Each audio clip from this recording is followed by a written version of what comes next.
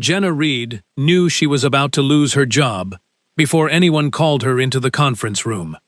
For 8 months, she had learned to read the offices of Harbor Line Freight Systems in Savannah the way fishermen read the Atlantic before bad weather. That morning, Blake Turner, her department manager, passed her desk without making eye contact. Logan Pierce and Parker Cole, two senior analysts who usually argued loudly over coffee, suddenly became fascinated by their monitors. Then, an executive assistant came down from the upper floors to fetch Jenna personally. She closed the spreadsheet she was reviewing, slipped her phone into her bag, and followed. Through the glass elevator, Savannah spread beneath her. Office towers, church steeples, warehouses toward the river, and beyond them, the enormous machinery of the port. Jenna barely noticed. She was calculating rent, school expenses, groceries, and how long her savings could survive. Not long enough. The conference room contained Blake, a human resources representative, and corporate counsel. Andrew Vaughn, the company owner, was absent. Blake spoke carefully about an error in Harbor Line's routing software. A major customer had suffered a costly delay. System records showed that Jenna's account had been among the last to access the affected module. Jenna listened quietly. 3 days before the failure, she had identified the exact weakness and submitted a written warning. Later, Logan and Parker had altered the configuration. Somewhere between her warning and this meeting, her message had conveniently disappeared from the management trail. She could have fought. She could have demanded server logs, produced archived notes, and insisted on an independent investigation. But she had spent 8 months learning another truth about Harbor Line. Evidence mattered less when the wrong people controlled who was allowed to explain it. So she asked one question. Has the decision already been made? Blake hesitated, then said yes. Jenna nodded. She read every page of the termination package. She even pointed out an error in the severance calculation. The attorney corrected it while Blake watched her with growing discomfort. No tears came. No pleading. She did not mention Mason, her 6-year-old son, although every frightened thought in her mind was about him. Before leaving, Jenna looked at Blake. I hope the routing system keeps behaving for you. She spoke without anger. That unsettled him more than anger would have. Downstairs, someone had already placed a cardboard box on her desk. Into it went a coffee mug, a notebook filled with technical sketches, a small succulent, and a framed photograph of Mason grinning with one missing front tooth. When Jenna walked through the department, conversations faded. Some colleagues looked sorry. Others looked relieved that someone else had been chosen. Logan stared at his keyboard. Parker turned away. Jenna kept her shoulders straight. Her composure was not pride. Pride had become a luxury years ago. What she protected now was something more practical. Dignity was the one possession no termination letter could seize unless she surrendered it willingly. No one watching understood what Harbor Line had just lost. Jenna was officially a junior operations analyst. In reality, she had been quietly stabilizing the company's most fragile logistics systems for months. Problems Blake received praise for solving had often been solved first in Jenna's notebook. Reports carrying Logan's name contained models she had built. Parker had presented recommendations based on scenarios she had tested late at night. She had allowed it because becoming indispensable invisibly had seemed safer than becoming threatening visibly. For 8 months, it worked. Until it did not. Inside the elevator, alone at last, Jenna's hands began to shake. She stared at Mason's photograph inside the box. Next month's school payment. New shoes. The promise she had made that one day they would see the ocean together, not merely glimpse distant water from Savannah's industrial edges, but spend a whole carefree day where Mason could build castles and chase waves. Jenna closed her eyes. Then the elevator doors opened. By the time she stepped onto the sidewalk, she was already planning. Because fear could have the evening. Responsibility owned the afternoon. High above her, Andrew Vaughn signed several documents, without knowing that one of the pages on his desk had just removed the quietest and most important person in his operation. At 38, Andrew had transformed the regional shipping business inherited from his father into a company serving manufacturers across several states. He understood expansion, margins, contracts, and risk. What he did not understand nearly as well were the people hidden beneath his reports. When Blake had told him that a junior employee was being dismissed for a serious operational mistake, Andrew had authorized it without asking her name. To him, Jenna Reed had been one line in a personnel report. He would soon discover that the line he erased had been holding together half the page. That afternoon, Jenna arrived early outside Mason's elementary school. He burst through the doors carrying a folded sheet of construction paper. "Mom, look!" He had drawn a crooked blue ocean, a yellow sun, and a boat far larger than the people standing inside it. "That's us," he explained, "for when we go to the beach." Jenna crouched, studied it as seriously as though it belonged in a gallery, and told him it was beautiful. She did not tell him she had been fired. Children did not understand corporate politics, but they understood the shadows that crossed a parent's face. Jenna refused to make Mason carry fear he was too young to name. That night, after he fell asleep, she sat at the kitchen table. Her savings could stretch perhaps 6 weeks comfortably, a little longer if she canceled everything unnecessary. She updated her resume. Then she stared at the ceiling until nearly morning. She knew something Harborline did not. Without her daily corrections, small flaws buried inside the routing platform would begin multiplying. The first major failure came 9 days later. A shipment intended for a manufacturing customer in the southeast was assigned through the wrong distribution sequence. It traveled hundreds of miles away from its intended transfer point before anyone recognized the mistake. The shipment arrived several days late, triggering a contractual penalty large enough to erase much of the account's quarterly profit. Blake called it an isolated human error. Logan blamed the software. Parker blamed the night shift. They patched the visible problem without understanding its cause. More failures followed. A warehouse inventory showed stock that did not physically exist. A customer was billed twice.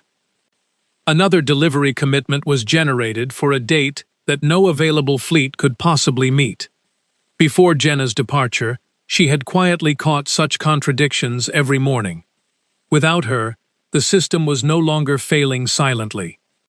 It was failing publicly.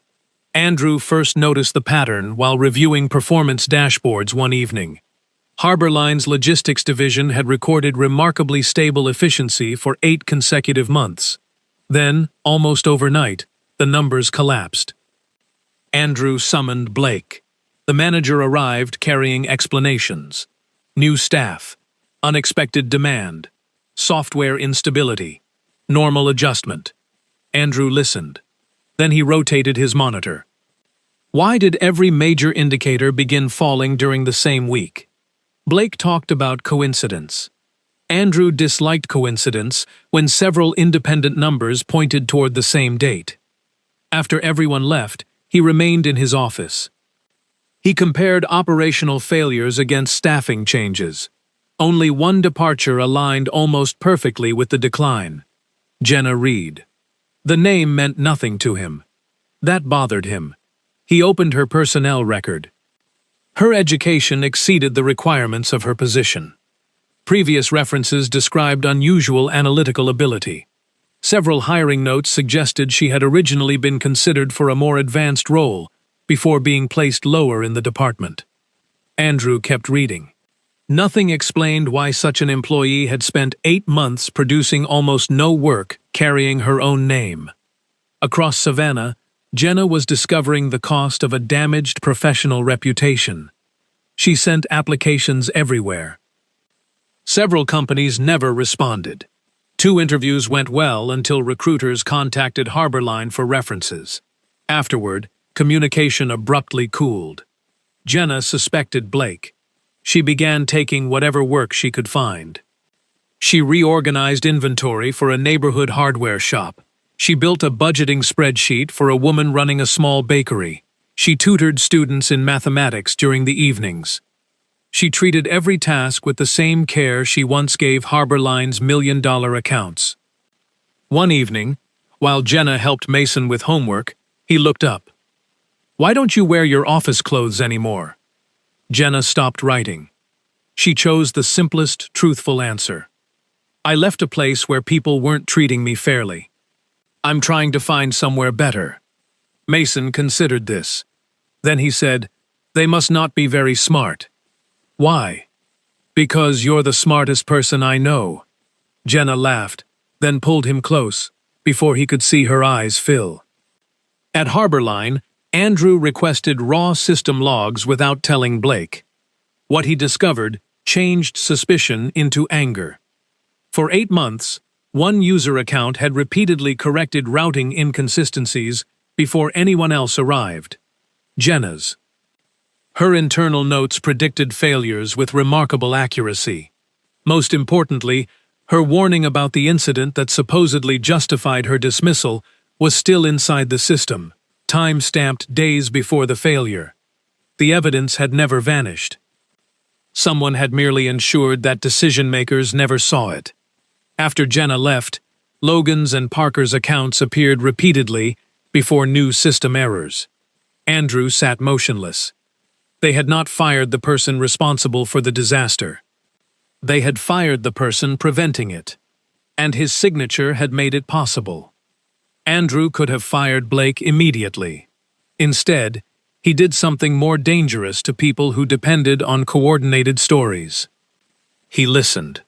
He called younger employees first. A recently hired analyst named Nora Bennett told him that when problems arose during her first weeks, everyone quietly went to Jenna. She never acted like she was in charge, Nora said. But somehow things worked after she touched them. A support technician named Ethan Miller remembered seeing Logan forward Jenna's files to himself, late at night.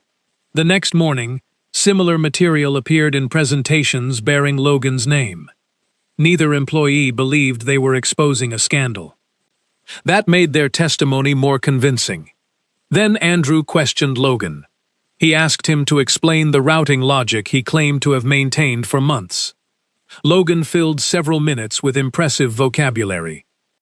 Andrew followed with one precise technical question. Logan could not answer it.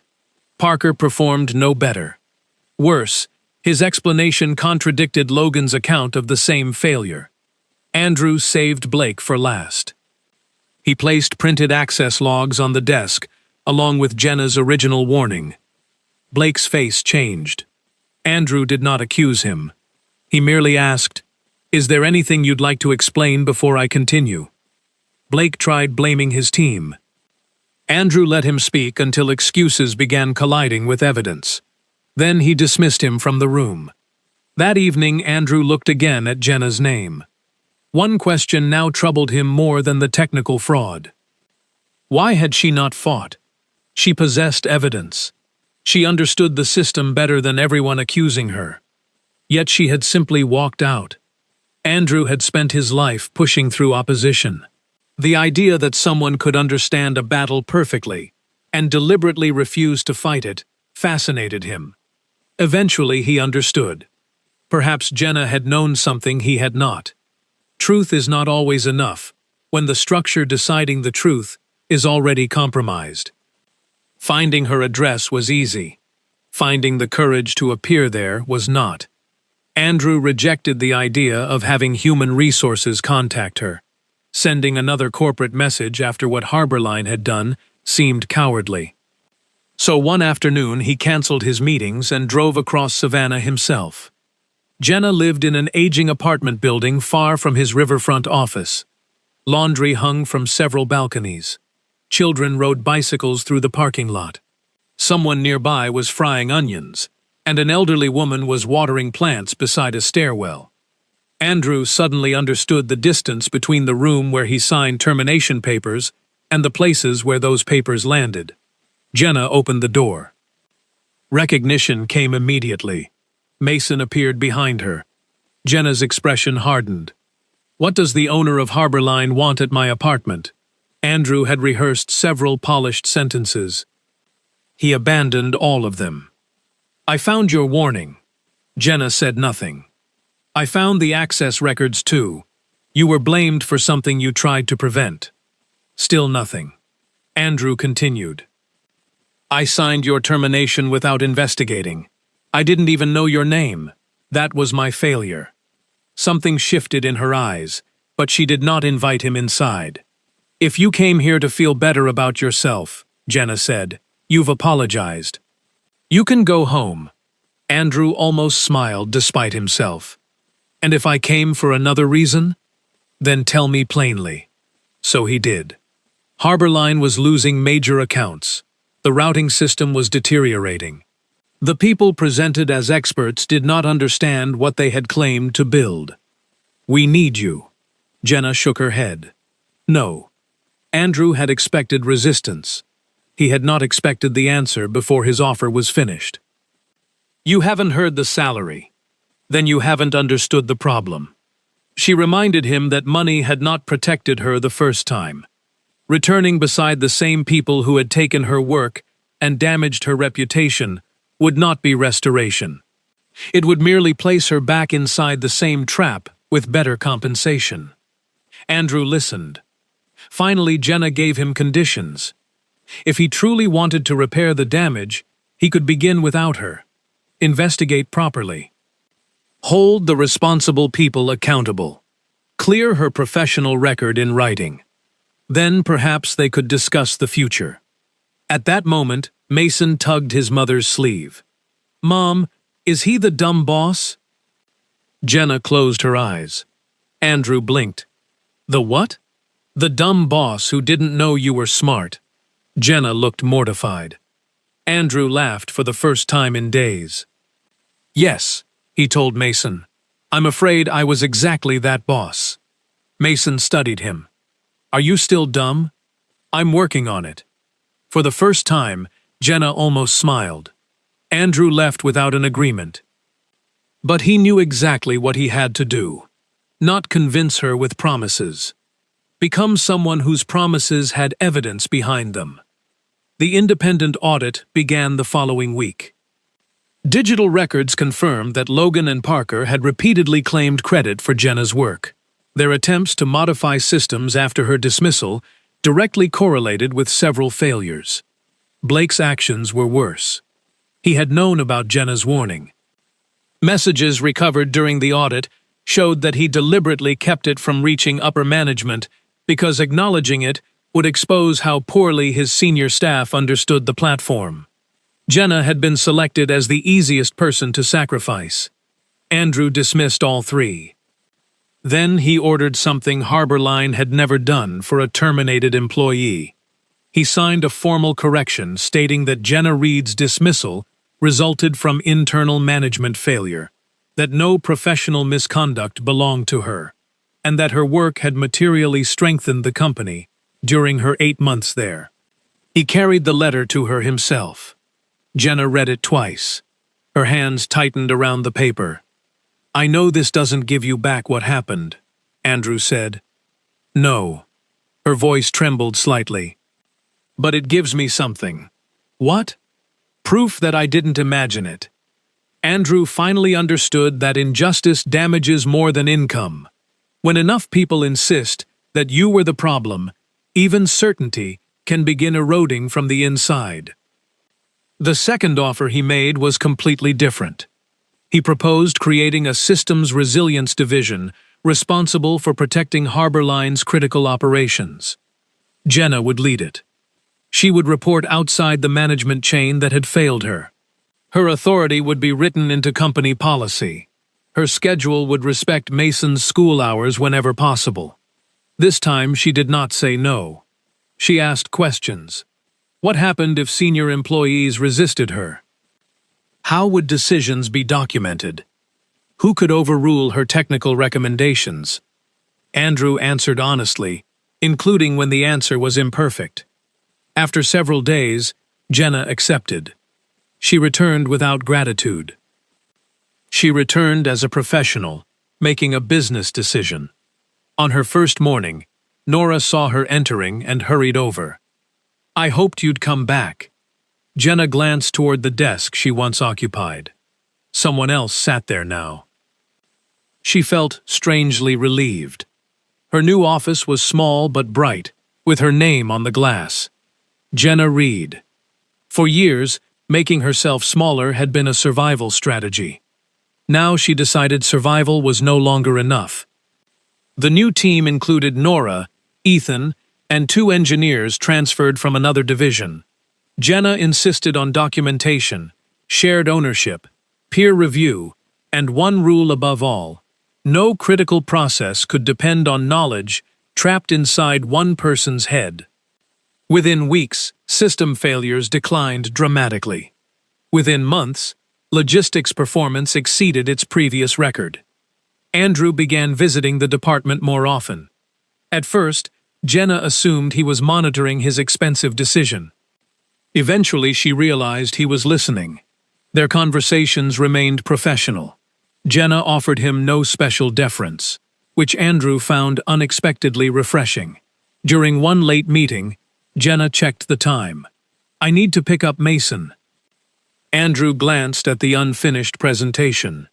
Of course. The next week, Jenna noticed that recurring meetings had been moved earlier. Andrew never mentioned changing them.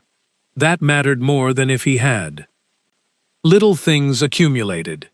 Andrew learned that Jenna drank coffee only after forgetting it on her desk, until it became cold.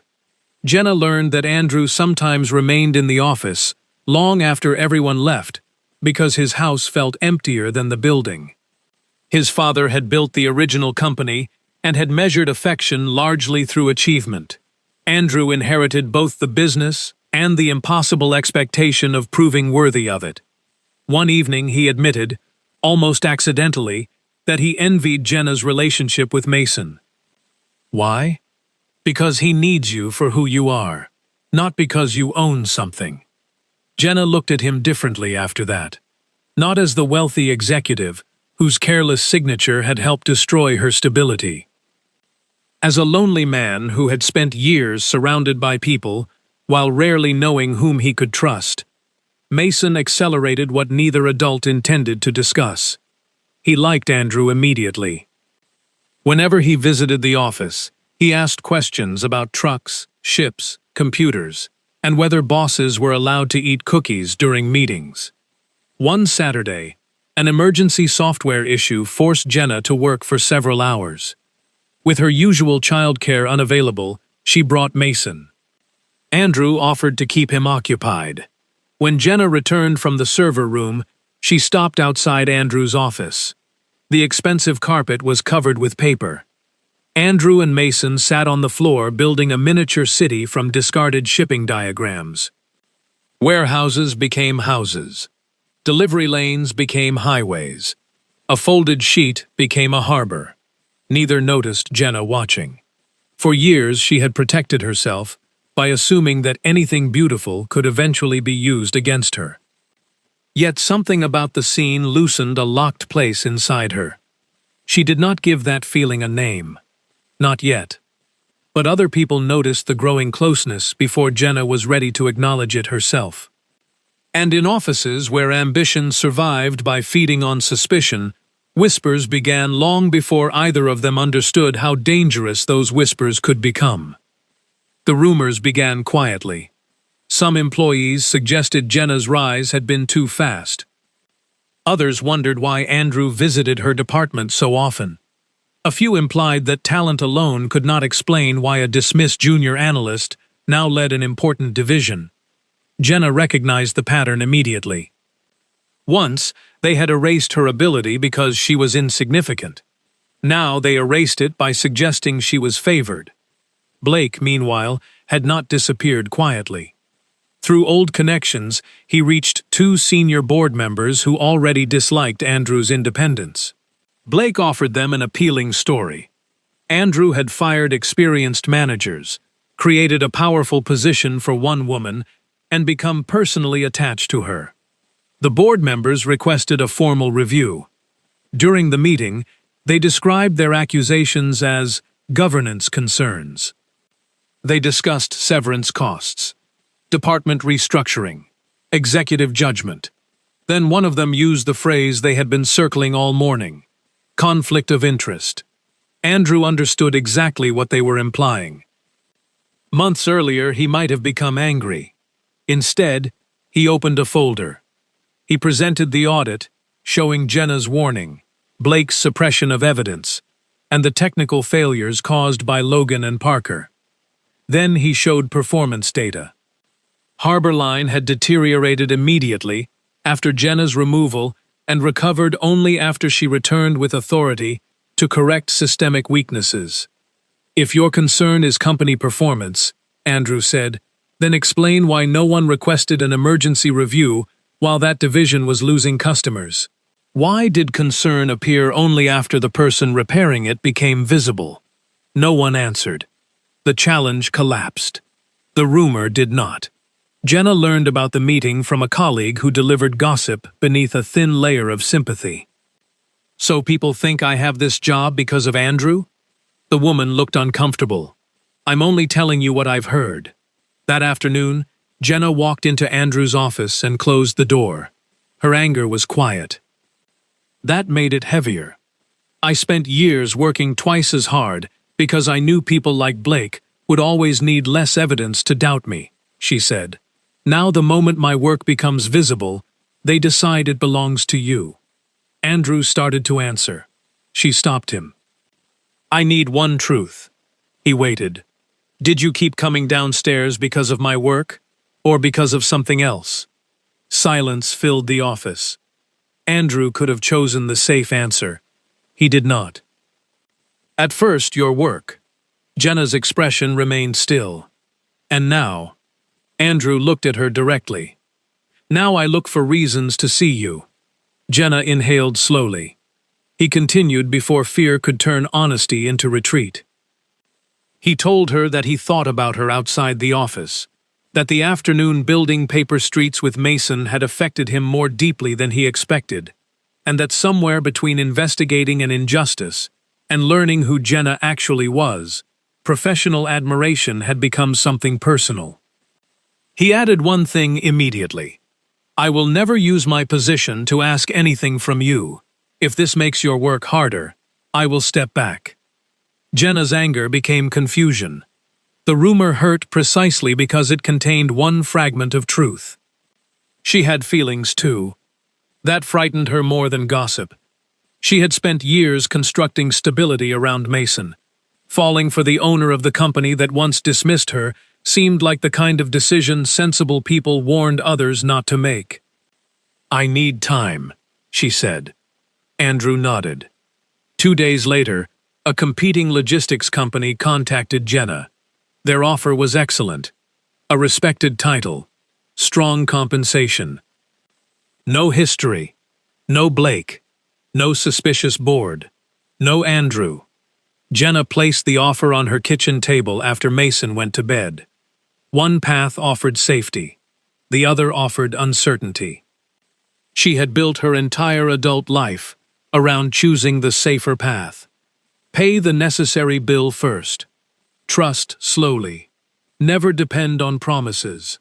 Never become visible enough to be easily attacked. The following afternoon, Mason's school closed early for a teacher conference, so Jenna brought him to Harborline. Before she could stop him, Mason spotted Andrew through a conference room door and hurried toward him. Andrew was meeting several important clients. Mason peeked inside. Andrew excused himself and stepped into the hallway. He crouched to Mason's height. I'm trapped in a very boring grown-up meeting. Mason frowned sympathetically. But I'll escape soon. Maybe we can get ice cream afterward, if your mom says yes. Mason brightened. Jenna watched from farther down the hallway. Andrew did not know she was there. There was no audience he needed to impress. He had interrupted a room full of powerful people simply to make sure a small boy did not feel ignored. And Jenna understood something. Being unseen had shaped much of her life. Andrew had eventually learned to see her. More importantly, he saw Mason too. That evening she folded the competitor's offer. She did not sign it. The next morning, she went to Andrew's office. "I was offered another job." His face tightened. "I turned it down." He stared at her. Jenna's voice was steady despite her fear. "I am tired of making myself smaller just because small things are harder to destroy." She told him she cared for him. She also gave him one condition. Whatever happened personally, her professional value could never become dependent on their relationship. Andrew agreed, not as a favor, as something he should have understood long before meeting her. Jenna refused secrecy. If she and Andrew were going to explore a relationship, hiding it would only feed the very rumors they wanted to defeat. But openness required structure. Jenna proposed that her division stop reporting directly to Andrew. Performance would be measured through independently audited targets and reviewed by a separate committee. Andrew accepted immediately. Within months, the numbers spoke more loudly than gossip. System downtime fell. Customer retention improved. Several costly routing weaknesses were eliminated. Jenna's team developed safeguards other logistics companies later asked Harborline to present at industry conferences. Nora became a senior analyst under Jenna's mentorship. Ethan designed an incident tracking process that prevented warnings from being buried inside management channels again. Jenna made certain their names appeared on their work. She had learned too painfully what happened when achievement became anonymous. The board members who had challenged her eventually stopped whispering, because every objective measure strengthened her position.